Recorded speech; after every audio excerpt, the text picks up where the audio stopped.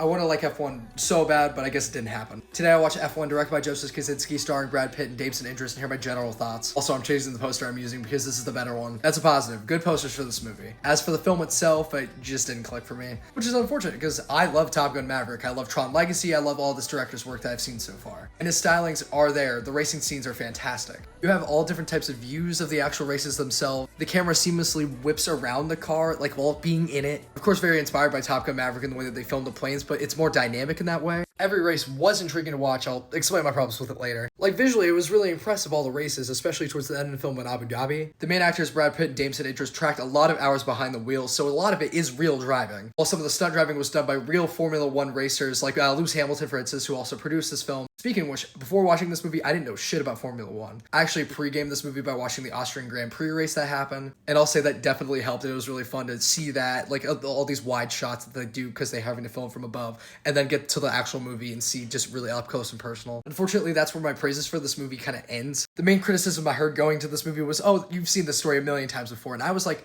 fine with that initially. Because a lot of movies I love are repeated storylines and story beats of other films and other just genres. So I did cast that aside and went into this with an open mind. I was still let down a lot, predominantly because of Brad Pitt's character. He's the pseudo main character in this film, and he is just insanely unlikable and an asshole. And, you know, that's fine. You can have that in a movie. I usually like Brad Pitt in films. I think his performance in Babylon is quite well done, but I just didn't like him here. His performance was fairly phoned in. I didn't think the writing for his character really helped. I just don't think that the archetype that he plays in this film is particularly interesting, and I think when it comes to the movie kind of revolving around him, he doesn't really change. Every character kind of just changes around him, which I think is unfortunate. There's this big scene with Kerry Condon's character, who's a character I thought was underutilized. It's supposed to be his character as like big emotional monologue, but his acting in the actual scene is just so the same level that is through the rest of the movie. It did not sell it for me at all. When we get to the second driver of this film, played by Damson Idris, Joshua Pierce was his name. The second main lead of this film, he is so hollow, unfortunately, and I think that's not a disservice to the actual actor in this role. He cut a lot of his stuff out from this movie. He had like a whole-on love interest in this film. I think that's just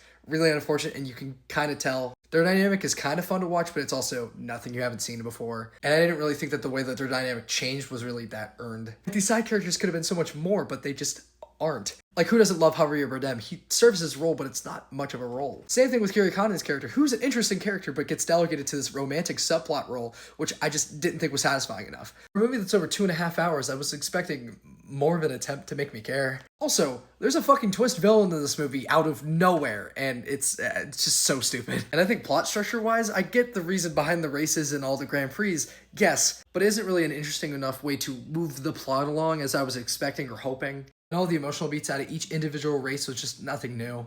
Up until the very end, which I thought was pretty neat. Another positive of this movie was Hans Zimmer's score. It's hard to complain about Hans Zimmer's score, but the way that they mixed it with the insistence on using the F1 the movie soundtrack, I just didn't think it worked. There's one song I liked by Don Toliver and Doja Cat. I think everything else just... I had the same problem with Twisters last year. I don't know, maybe I'm just not a soundtrack guy. I don't know. The unfortunate thing is I don't like not liking movies, and I love a good turn your brain off type film. I don't know what made this movie kind of click out of it. And that's why I gave this movie, I bumped it a little bit, a 2.5. If you love this movie, I'm so happy for you. Whether you're into Formula One or not into Formula One, I really think it does a great job of selling you the racing. I just kind of struggle going along with the rest of the film. Have you seen F1? What did you think? Remember, all movies are art, and of course, fall for more.